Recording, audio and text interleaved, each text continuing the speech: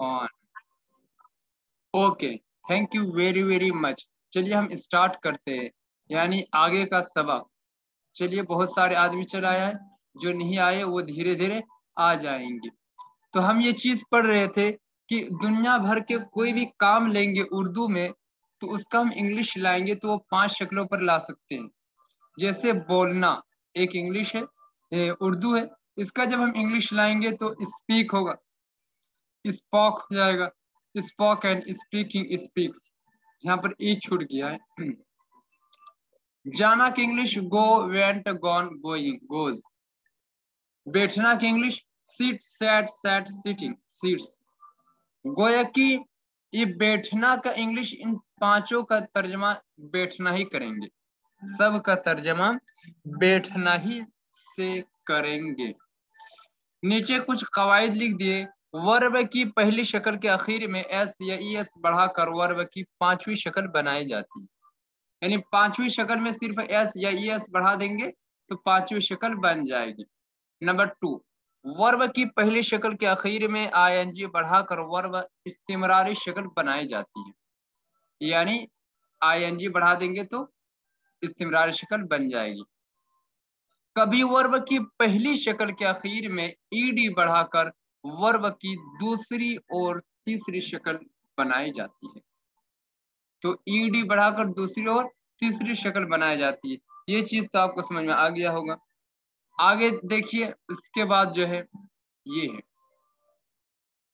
आज से हम अपना सबक अपने एक अलग मरहले पर ले जाना चाहता हूँ। यानी वो चीज जिसके जाने बगैर हमें इंग्लिश सीखना मुश्किल है, और उसे कहते हैं टेंस। टेंस यानी जमाना, यानी वक्त।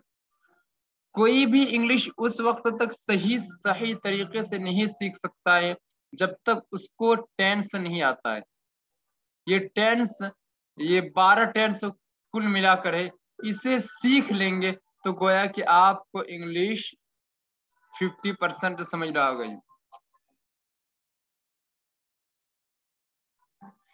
अच्छा, ये आवाज क्लियर नहीं पहुंच रही, कोई इस तरह बोल रहा है कि आवाज साफ नहीं है। आज तो मैं बिल्कुल टावर पर हूँ, अगर फिर भी यार आवाज क्लियर नहीं तो हो सकता है आपका नेटवर्क प्रॉब्लम है। आप ये कर लीजिए। इसहाक, इसका एक्सप्लेन और okay, thank you very very much. वो चीज समझ में आ जाएगा। इसहाक जो यानी किसी भी काम, यानी इससे पहले जो वर्ब आया इसके बारे में बोल रहे, थोड़ा एक्सप्लेन और किया जाए। कहाँ पर? ये वाला। तो ये चीज आपको समझ में आ जाएगी। यानी कोई भी काम लेंगे तो वो 5 शक्लों पर रहेगी। तो 5 शक्लों पर रहती तो उसे धीरे धीरे वो याद होगा। आप इसमें बनाएंगे तब आपको समझ में आएगा। आज का सबक बहुत ही आसान है पढ़ने वालों के लिए, और बहुत ही मुश्किल है वो है जो ऐसे ही ज्वाइन कर लेते हैं। ठीक है। सबसे पहले ऊपर में क्या लिखा हुआ है? टेंस। क्या पढ़ेंगे? TENSE, tense. टेंस का मतलब होता है जमाना, यानी वक्त। उसके बाद क्या लिखा है? Present. Present, past, future. And tense जमाना को कहते हैं। वसीम, अपने ये को सही से रखिए। टेंस यानी जमाना को टेंस कहते हैं। जैसे हम, जो वक्त रहता है, वक्त 3 तरह के रहता है। एक वक्त वो है जो बीत चुका है, यानी हमारे बचपने में। और एक वक्त वो है जो अभी फिलहाल चल रहा है। और एक वक्त वो है जो आने वाला है। तो गोया कि 3 तरह के वक्त हुआ। एक वक्त वो जो बचपने में गुजर चुका है, और एक वक्त वो जो अभी चल रहा है, और एक वक्त वो जो आने वाला है। तो मौजूदा वक्त को, जो अभी चल रहा है, उस वक्त को प्रेजेंट कहते। क्या कहते? प्रेजेंट, यानी हाल। प्रेजेंट यानी हाल, यानी मौजूदा वक्त। मौजूदा वक्त को क्या कहते? प्रेजेंट। ठीक है। उसके बाद पास्ट। पास्ट को माजी कहते, यानी गुजरे हुए जमाने को। यानी गुजरा हुआ वक्त। जो वक्त गुजर चुका है उस वक्त को पास्ट कहते। क्या कहते? पास्ट। और फ्यूचर कहते आने वाला वक्त, यानी वो वक्त जो आने वाला है। तो आने वाले वक्त को फ्यूचर कहते, यानी मुस्तकबिल, यानी आने वाला वक्त। ये वक्त अभी आया नहीं है। तो उम्मीद करता हूँ ये चीज आपको समझ में आ गई होगी। यानी मौजूदा वक्त को प्रेजेंट कहेंगे, और गुजरे हुए वक्त को पास्ट कहेंगे, और आने वाले वक्त को फ्यूचर कहेंगे। फिर आगे बता रहे कि इनमें से हर एक की 4 किस्में हैं।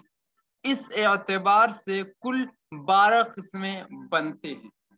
यानी प्रेजेंट की भी 4 किस्में हैं, और पास्ट के भी 4 किस्में हैं, और फ्यूचर के भी 4 किस्में हैं।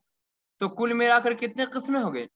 12 किस्में। अब खुद से जोड़िए, 4 प्रेजेंट, 4 पास्ट, 4 फ्यूचर, कितना होगा? कमेंट बॉक्स पर बताइए। तो कोई इंटेलिजेंट बॉय प्लीज जल्दी।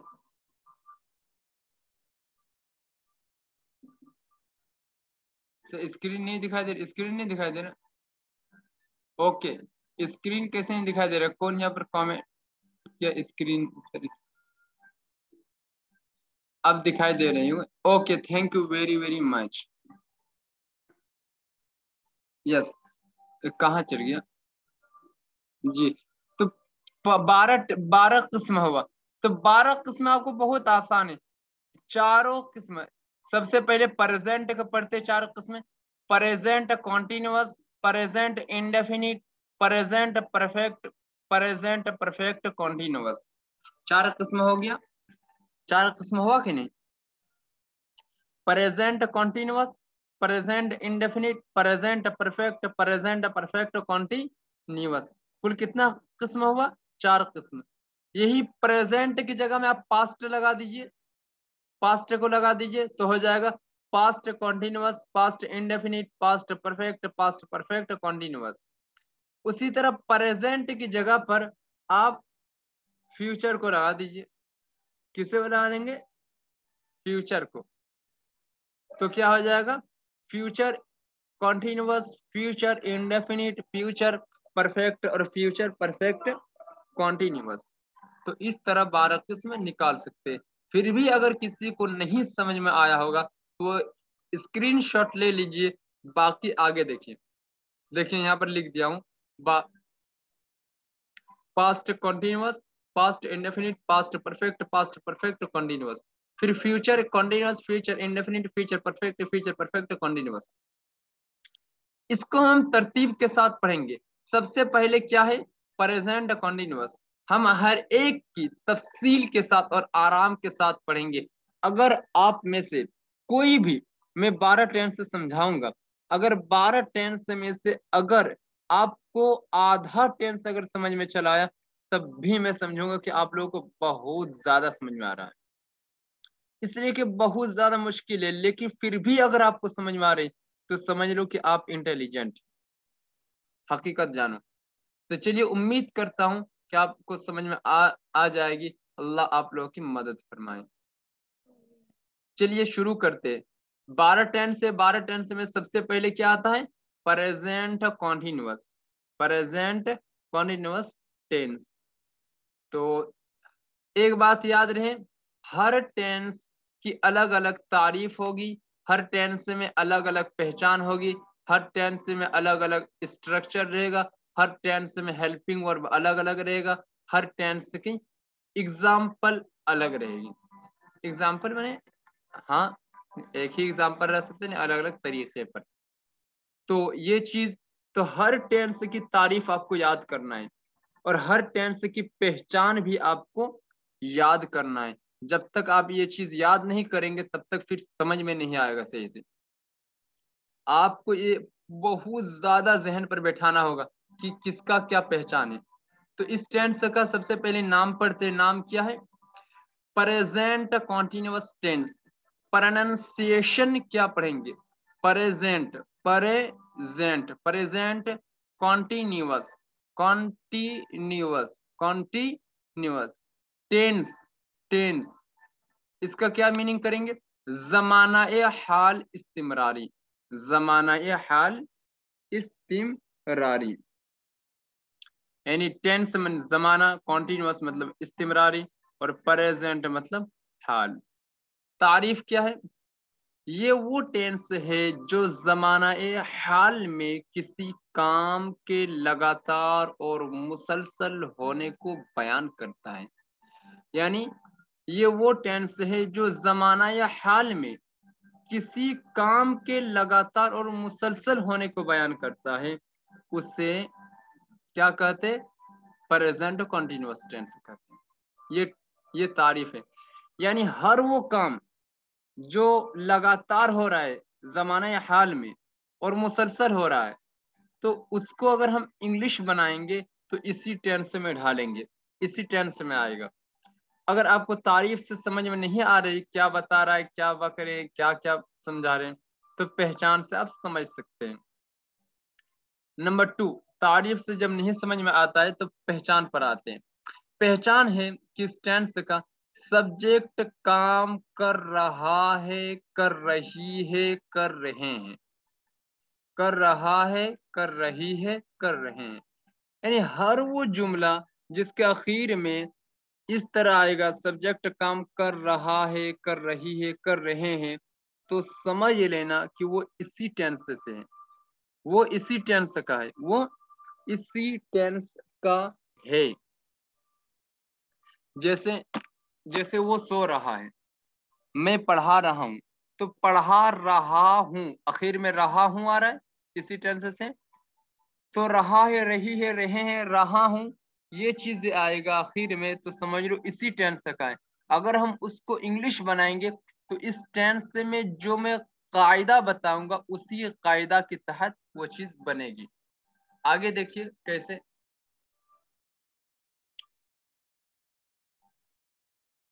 नंबर 1,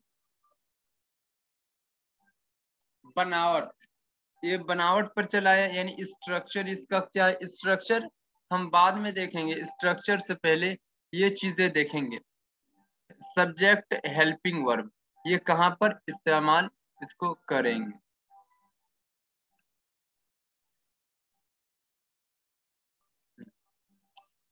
सबसे पहले क्या लिखा है? सब्जेक्ट। क्या पढ़ेंगे इसको?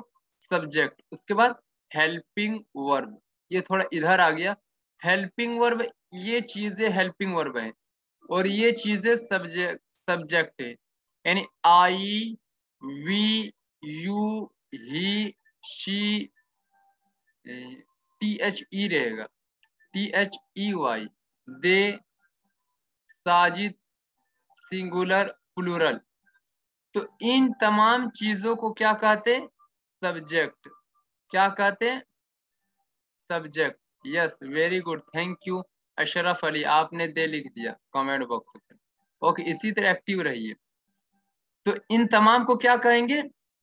सब्जेक्ट कहेंगे। तो किन सब्जेक्ट के साथ कौन सा हेल्पिंग वर्ब आता है?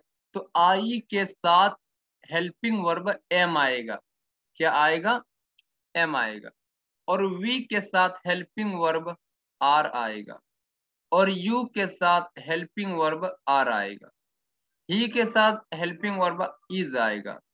शी के साथ इज। दे के साथ आर। साजिद के साथ इज। यहां पर समझिए, जो भी सिंगुलर रहेगा, सिंगुलर यानी एक चीज रहेगा, तो वहां पर हेल्पिंग वर्ब इज आएगा। और जो भी प्लूरल रहेगा उसके साथ हेल्पिंग वर्ब आर आएगा। क्या आएगा? आर आएगा। यानी इसका मतलब ये है कि हम इस टेंस में जब बनाएंगे कोई भी जुमला, तो सबसे पहले उस जुमले में सब्जेक्ट आएगा। क्या आएगा? सब्जेक्ट आएगा। और सब्जेक्ट के बाद हेल्पिंग वर्ब आएगा। सब्जेक्ट के बाद हेल्पिंग वर्ब आएगा। उसके बाद वर्ब लाएंगे, उसके बाद ऑब्जेक्ट लाएंगे। उसका स्ट्रक्चर ऊपर आ चुका है, वो दिखाएंगे अभी। ठीक है, यहाँ पर देखिए, काम कर, सब्जेक्ट अगर आपको नहीं समझ में आ रहा है तो क्या मतलब? काम करने वाले को और जिसके बारे में कुछ भी बताया जाए उसे सब्जेक्ट यानी फाइल और मुब्तदा कहते हैं। क्या मतलब? अब आप ही लोग बताइए क्या मतलब। यानी काम करने वाले को, काम करने वाले को और जिसके बारे में जो कुछ बताया जा रहा है उसे क्या कहेंगे, सब्जेक्ट यानी फाइल और मुब्तदा कहते हैं। यानी उर्दू में फाइल आता है और मुब्तदा, दोनों की इंग्लिश सब्जेक्ट ही है। ठीक है। जैसे कि वो खा रहा है, तो खाने का काम कौन कर रहा है, वो, तो वही हुआ सब्जेक्ट। जैसे साजिद पढ़ रहा है, तो साजिद पढ़ रहा है, इसमें पढ़ने का काम कौन कर रहा है, साजिद, तो साजिद सब्जेक्ट हुआ। वही बता रहा, काम करने वाले को सब्जेक्ट कहते हैं। जैसे कि मैं पढ़ा रहा हूँ, तो आई एम टीचिंग, तो मैं ये सब्जेक्ट हुआ और मैं के लिए आई लाते हैं। ये चीज समझ में आ गई होगी।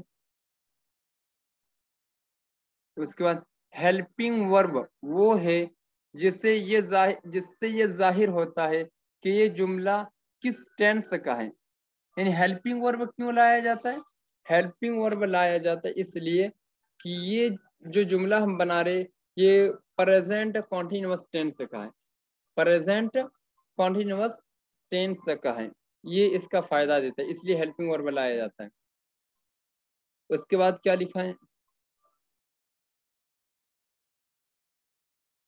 टेंस क्या,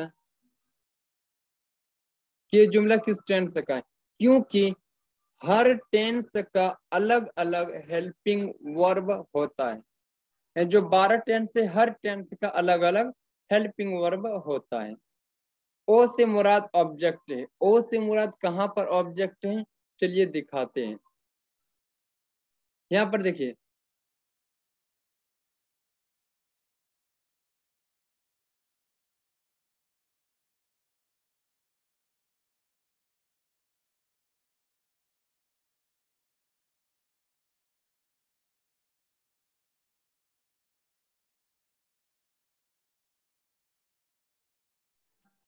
आवाज पहुंच रही है आप लोगों को, हेलो, आवाज पहुंच रही, okay, thank you very very much. देखिए नेक्स्ट, देखिए क्या चीज में बता रहा था,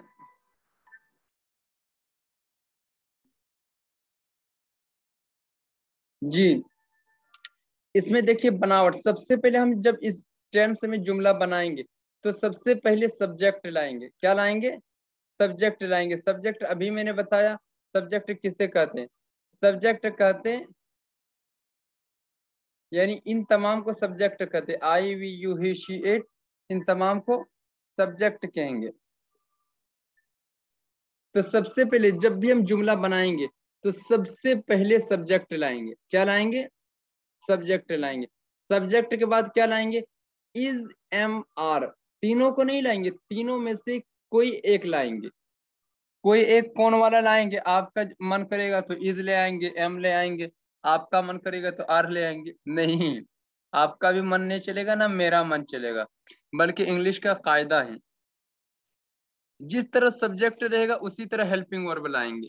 जैसे सब्जेक्ट, सब्जेक्ट अगर आई रहेगा तो उसके साथ हेल्पिंग वर्ब एम लाएंगे, और सब्जेक्ट वी रहेगा तो उसके साथ हेल्पिंग वर्ब आर लाएंगे। देखिए सबके उसके लगातार में लिख दिए कि उस किसके साथ कौन सा हेल्पिंग वर्ब आता है। तो हर किसी के साथ इज एम आर नहीं लगा सकते, बल्कि इज जिसके साथ आएगा उसी के साथ लगाएंगे, एम जिसके साथ, आर जिसके साथ आता है उसी के साथ लगाएंगे। तो तीनों में से कोई एक आएगा, तीनों नहीं आएगा। उसके बाद क्या लाएंगे, वर्ब फोर लाएंगे। वर्ब फोर किसे कहते हैं, वर्ब फोर कहते हैं आईएनजी फॉर्म को। अब देखिए, कोई भी काम होता है तो काम की 5 शक्लें होती है, तो 5 शक्लों में से चौथी शक्ल आईएनजी लगाकर, यानी पहली शक्ल के आखिर में आईएनजी लगाकर चौथी शक्ल बनाई जाती है। तो इसी को वर्ब फोर कहते हैं। क्या कहते हैं, वर्ब फोर। यानी जो भी काम हम लाएंगे उसमें आईएनजी बढ़ा कर लाएंगे, यानी इस्तिमरारी शक्ल उसको कहेंगे, इसलिए इसको आईएनजी शक्ल कहते हैं। तो यहाँ पर जो हम यूज करेंगे वो आईएनजी फॉर्म का यूज करेंगे। उसके बाद ऑब्जेक्ट, उसके बाद ऑब्जेक्ट, तो यही ओ का मतलब है ऑब्जेक्ट। इसके बाद सफे में जो मैं लिखा हूं वो यही मतलब है।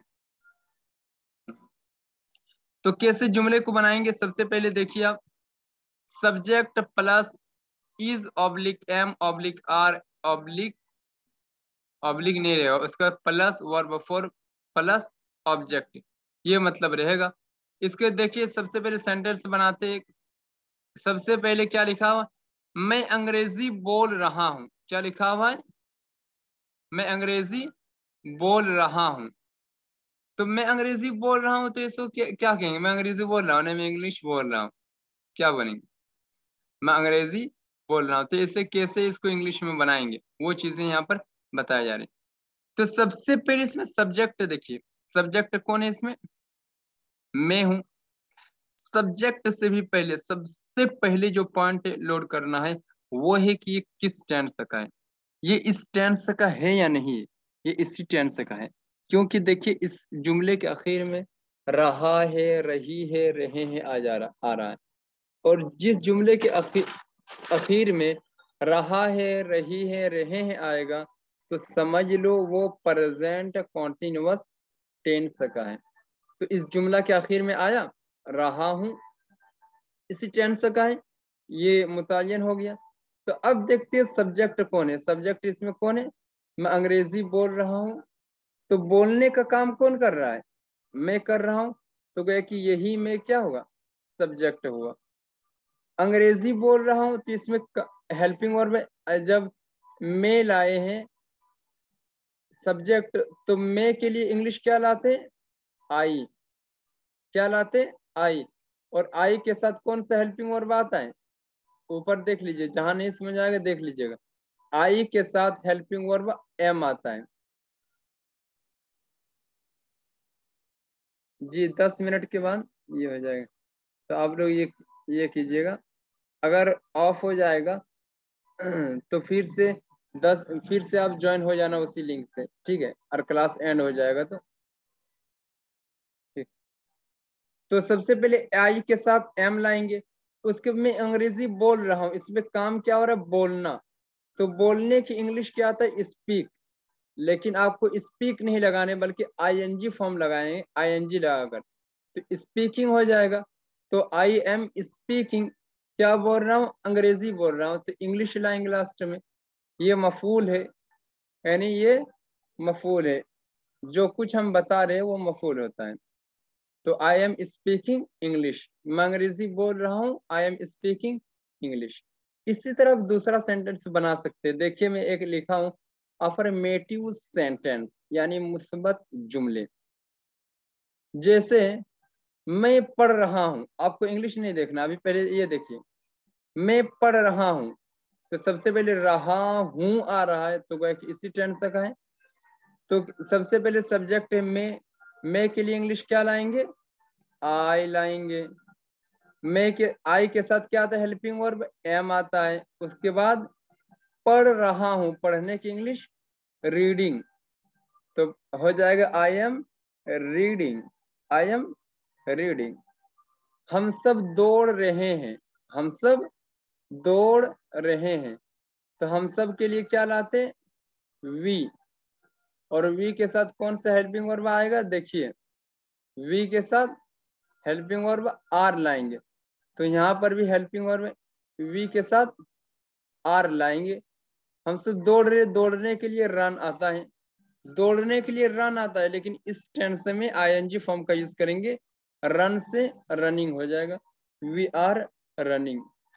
तू इंग्लिश बोल रहा है, तो सबसे पहले तू लाएंगे, यू, और यू के साथ हेल्पिंग वर्ब आर आता है, यू आर स्पीकिंग इंग्लिश, ये ई कैपिटल में रहेगा, you are speaking English.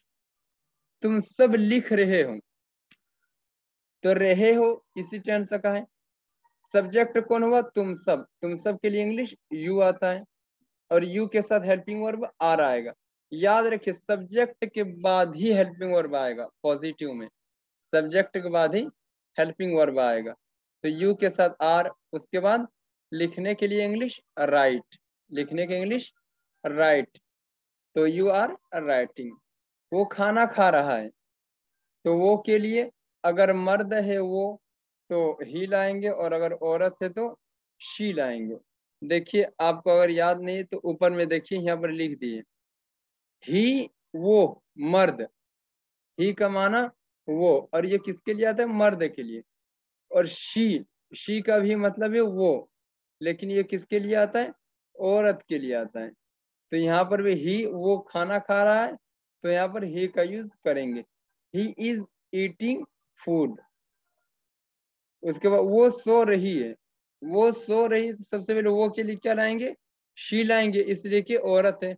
She के साथ हेल्पिंग वर्ब इज आता है, she is sleeping, she is sleeping. उसके बाद क्या लिखा? वो सब जा रहे हैं, वो सब जा रहे हैं, तो वो सब के लिए दे लाएंगे। यहाँ पर दा लिख दिया, दा नहीं होगा, दे होगा।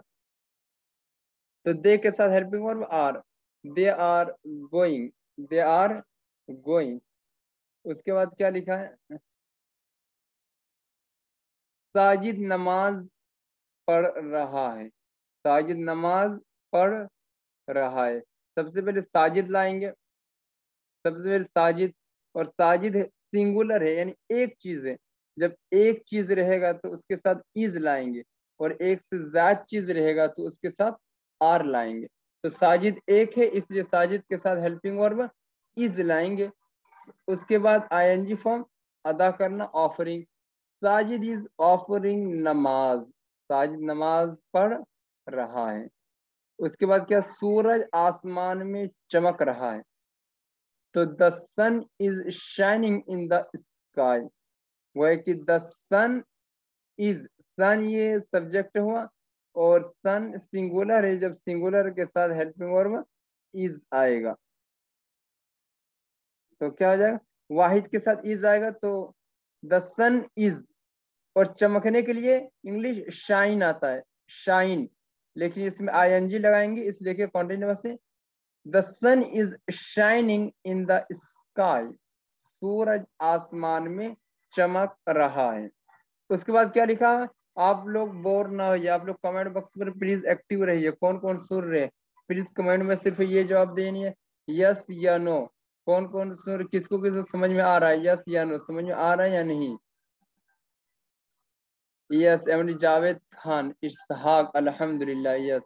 मोहम्मद, जजाक, yes, Tayyab, Waseem. Okay, thank you very very much.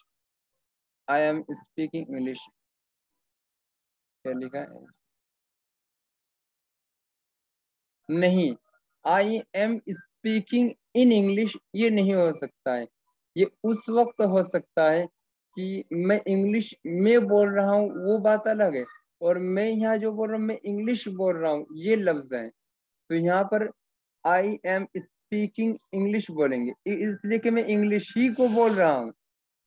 और ये है कि मैं इंग्लिश सेंटेंस में बोलूंगा, इंग्लिश वर्ड नहीं बोलूंगा, इंग्लिश सेंटेंस में बोलूंगा। तो वहां पर बोल सकते मैं इंग्लिश में बोल रहा हूँ। बहरहाल आई एम स्पीकिंग इंग्लिश बोलेंगे।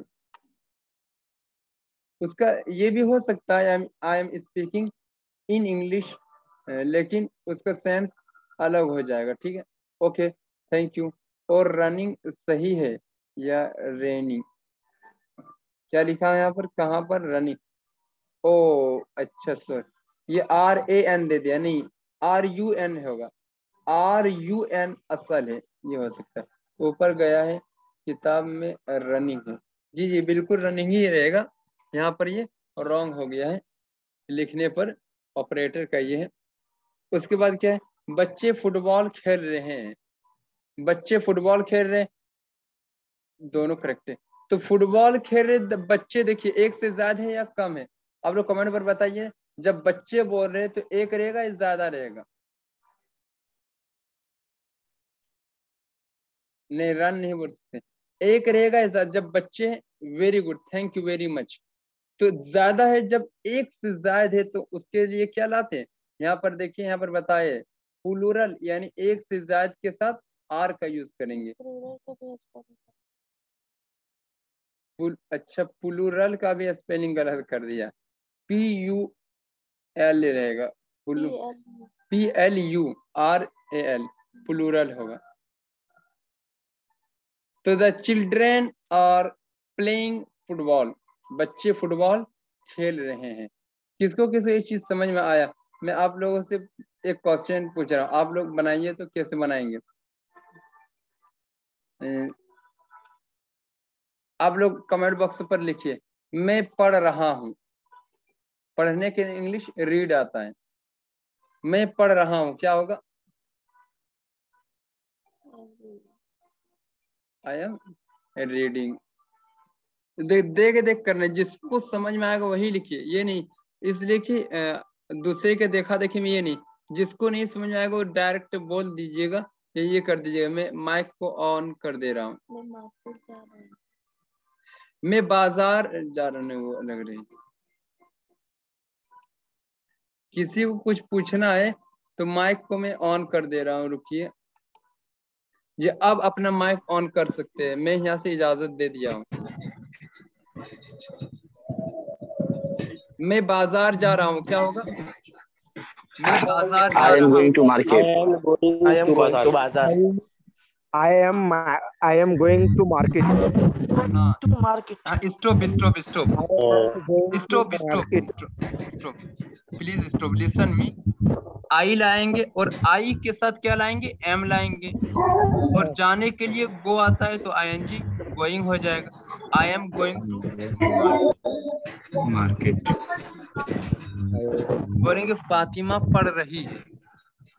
क्या रहेगा? फातिमा पढ़ रही है। Fatima is reading. Fatima is reading. Is reading. Reading. Fatima Fatima is reading. Reading.